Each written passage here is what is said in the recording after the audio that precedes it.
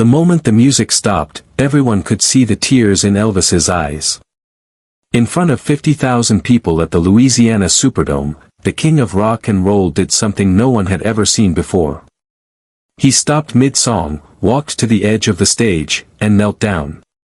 The entire arena fell into complete silence. But what happened next would change not just one young life forever, but transform Elvis himself in ways no one could have imagined. But how did we get to this moment? What could possibly make the world's biggest entertainer break every rule of show business? Let me take you back to that humid evening in July 1976, when Elvis Presley was about to discover that sometimes the most powerful performance isn't about the music at all. The Louisiana Superdome was buzzing with anticipation. It was Elvis's third sold-out show in New Orleans, and the energy was electric. Backstage, Elvis adjusted his iconic white jumpsuit, the one with the golden eagle spreading its wings across his chest. His hands trembled slightly as he fastened the cape, not from nerves, but from the cocktail of prescription medications that had become his daily companion. 5 minutes, Mr. Presley, called out Joe Esposito, his loyal road manager who had been with him since the army days. Elvis nodded, but something felt different tonight. For weeks, he'd been receiving letters from fans, but one particular envelope had arrived that morning.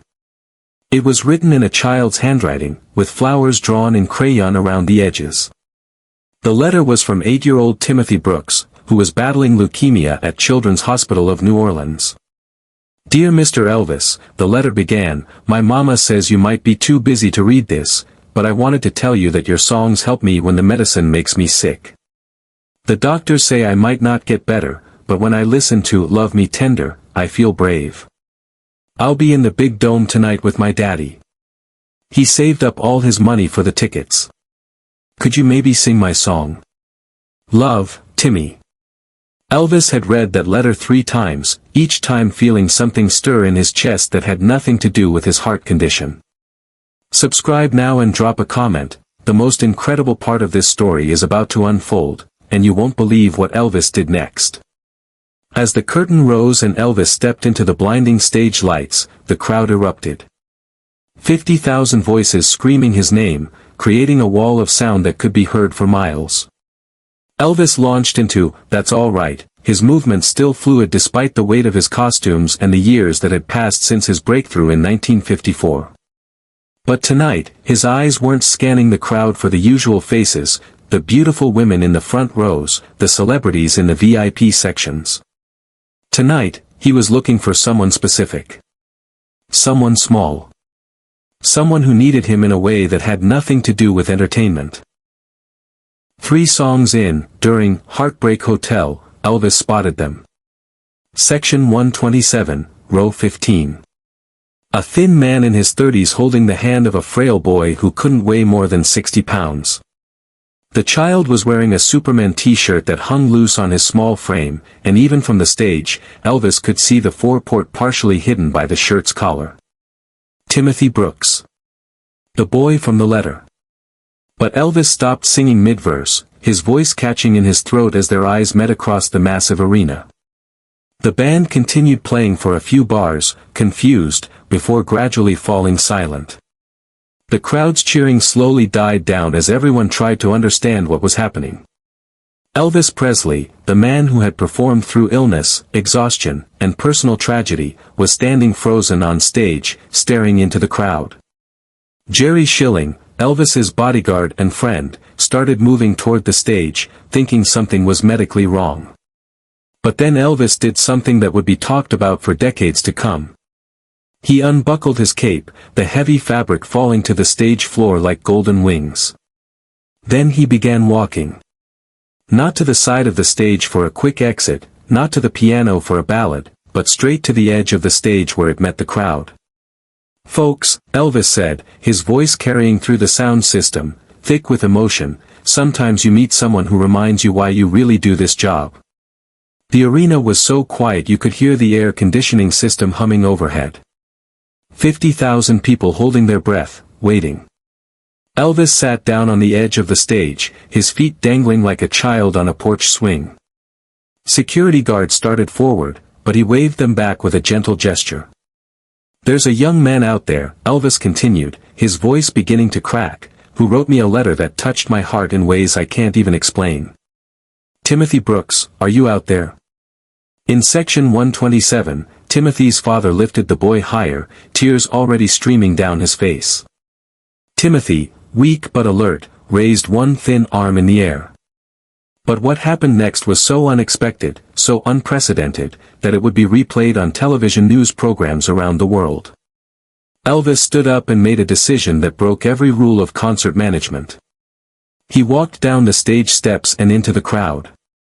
Security scrambled to form a protective circle, but Elvis moved with purpose, pushing through the sea of people who parted like the Red Sea before Moses.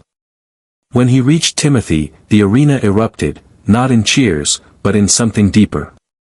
A collective sob that seemed to come from 50,000 souls at once. Elvis knelt down beside Timothy's wheelchair. The boy's father had borrowed it from the hospital for the concert because Timothy was too weak to stand for long periods. "Hey there, young man," Elvis whispered, though his wireless microphone picked up every word. "I got your letter." Timothy's eyes, though dulled by chemotherapy, lit up like Christmas morning. You really read it?"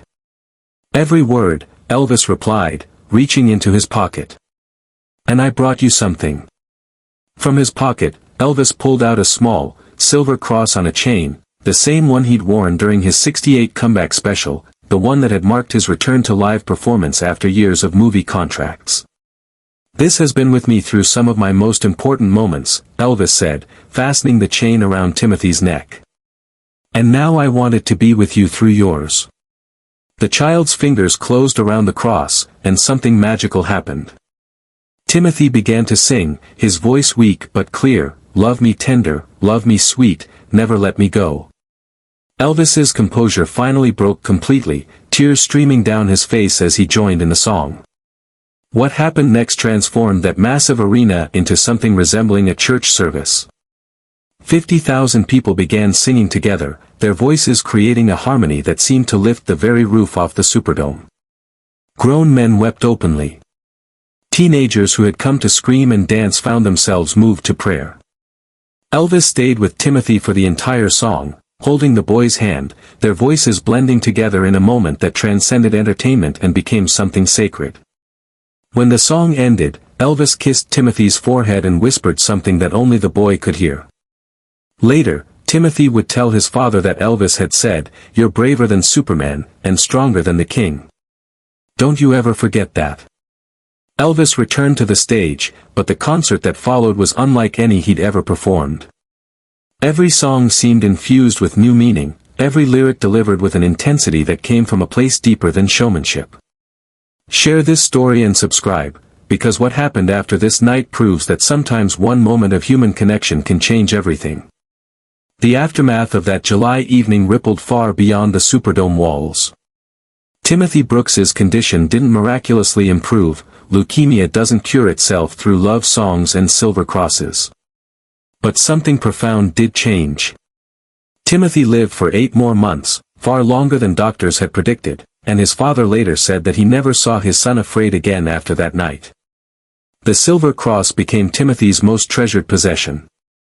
He wore it every day until he passed away the following March, and his father buried it with him, along with the ticket stub from that magical concert. But perhaps the most remarkable change was in Elvis himself. That night marked the beginning of what his Memphis Mafia would later call his angel period. Elvis began reading every fan letter personally, especially those from sick children or families in crisis. He started making unannounced visits to children's hospitals, bringing music and hope to young patients who needed it most. The white jumpsuit Elvis wore that night was never cleaned. He kept it exactly as it was, complete with the tears that had fallen on it during "Love Me Tender." In his final interviews, Elvis would refer to that evening as "the night I remembered why God gave me this voice." Jerry Schilling, who witnessed thousands of Elvis performances, later said, "I saw Elvis move crowds, make women faint, and bring audiences to their feet. But I never saw him move himself until that night with Timothy. That's when I knew Elvis wasn't just a performer, he was a healer." The concert footage from that night became some of the most requested material in Elvis's archive, not for its musical quality, but for its raw human emotion. The moment when Elvis broke protocol and entered the crowd has been studied by psychiatrists, theologians, and entertainment historians as an example of pure compassion overriding all other considerations. In the weeks following Timothy's death, Elvis established the Timothy Brooks Foundation, which provided support for families dealing with childhood cancer. Though Elvis himself would pass away just over a year later, the foundation continued his work, funded by royalties from his gospel albums. The impact of that single evening extended far beyond one sick child and one famous performer. It reminded everyone present that beneath all the glitter and glamour, beneath the king of rock and roll persona, lived a man from Tupelo, Mississippi, who never forgot what it felt like to be vulnerable and in need of hope. Subscribe, share this story, and keep Timothy's memory alive, because some moments are too powerful to forget. Elvis Presley died on August 16, 1977, 13 months after his encounter with Timothy Brooks. Among his personal effects at Graceland, investigators found Timothy's original letter, worn soft from repeated reading, tucked inside Elvis's favorite Bible. The Louisiana Superdome retired the microphone Elvis used that night, placing it in a memorial case with a simple inscription, "The night the king remembered his crown was meant for service, not just show." Today, visitors to Graceland can see a replica of the silver cross Elvis gave to Timothy, along with copies of the letters they exchanged during Timothy's final months. The display bears a quote from Elvis's last interview, "I learned more about performing from that sick little boy than I did from all my years on stage. He taught me that sometimes the greatest show is when you stop performing and start caring."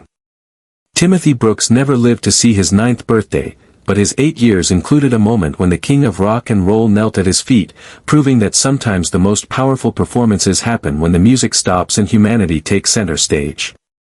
That silver cross, that broken song, that moment of perfect compassion. They became proof that even kings can be transformed by the courage of a child, and that the greatest performances are often the ones that happen when no one is performing at all. The ripple effects of that evening continued to shape Elvis's remaining months in profound ways. Band members noticed that Elvis began incorporating more gospel music into his shows, often dedicating songs to Timothy and all the brave children fighting their battles. His backup singers, the Sweet Inspirations, later recalled how Elvis would sometimes stop rehearsals to read fan letters from sick children aloud to the entire crew.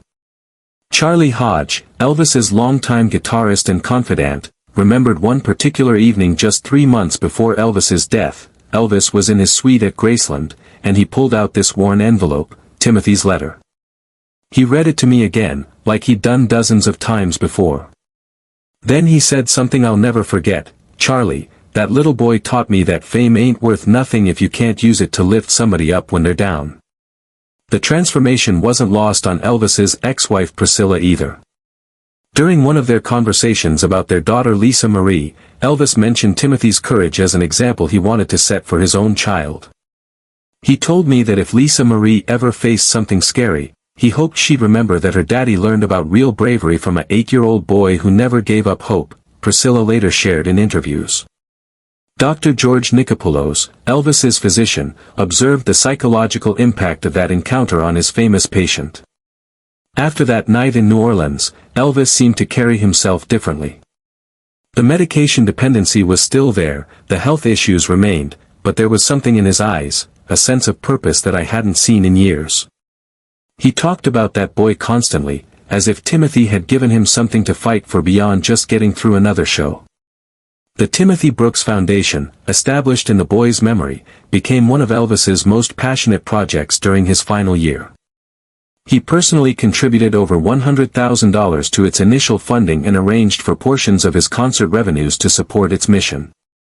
The foundation provided not just financial assistance to families dealing with childhood cancer, but also brought musical therapy programs to children's hospitals across the South. Vernon Presley, Elvis's father, watched his son's renewed sense of purpose with both pride and concern. "Elvis always had a big heart," Vernon said in a 1978 interview, "but after he met that sick boy, it was like something inside him came alive again.